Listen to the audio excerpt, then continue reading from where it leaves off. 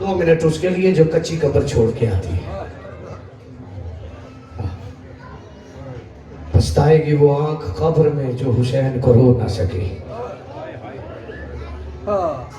دعا مانگا کر جب قبر میں علی کی زیارت کے لیے آنکھیں کھولے تو ان میں علی کی بیٹیوں کی چادر کے آنسو ہو. ایک ہی روایت مجھے پڑھ رہی اس پہ میں سلام کروں گا آپ کو.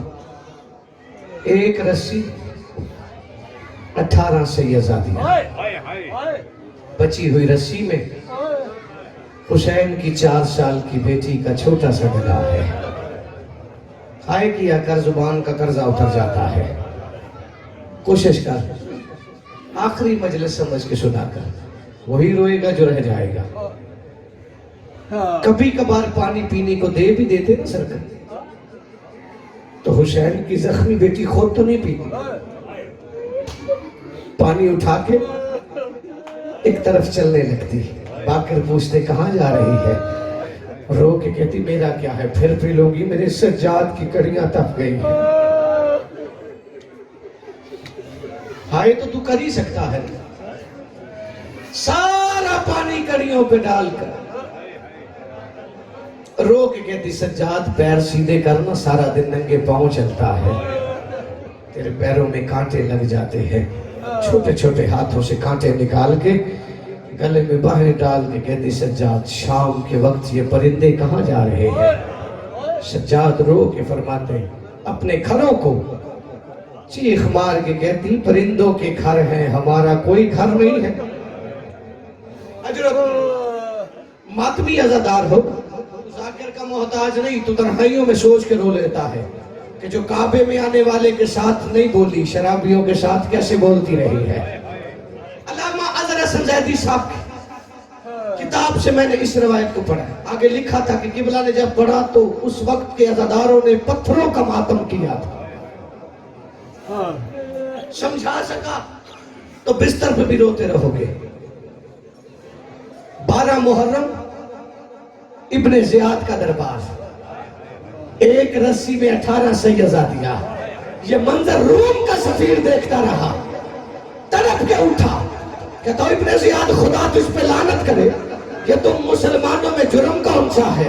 یہ شریف زادیاں چپ کر کے کھڑی ہیں. ایک 4 سال کی بچی ہے جس کے کانوں سے خون جاری ہے اور جس کے رخساروں پہ تماچوں کے نشان ہے. میں نے دیکھا ہے یہ بچی 9 دفعہ بے ہوش ہوئی ہے. تیاری کر یار تاکہ رسول کی بیٹی تجھے دعا دے کر جائے. جتنے ماتمی عزادار آئے ہو، اس نے جیسے یہ منظر دیکھا سرکار سے غصہ آیا. سپاہی کو قریب بلا کے کہتا یہ بچی کون ہے؟ میرے دربار کی رنگت بدل دی جس نے. سپاہی کہتا یہی تو حسین کے سینے کا تعویذ ہے، یہی تو حسین کی 4 سال کی بیٹی ہے. اب اشارہ سمجھنا. بحور الغمہ میں حسین فرماتے اگر کسی وجہ سے تجھے میری بیٹی کے دکھوں پہ رونا نہیں آتا نا، تو اپنی بیٹی کو سوچ کے رو لیا کر، میں تیری جنت کا وارث ہو جاؤں گا. اور سیو جماعت بھی بن کے آئے ہو نا، اس نے حکم دیا اس بچی کو میرے تخت کے سامنے لاؤ. اس کا حکم سنا. یہ ہاتھ تو بندے ہوئے تھے نا.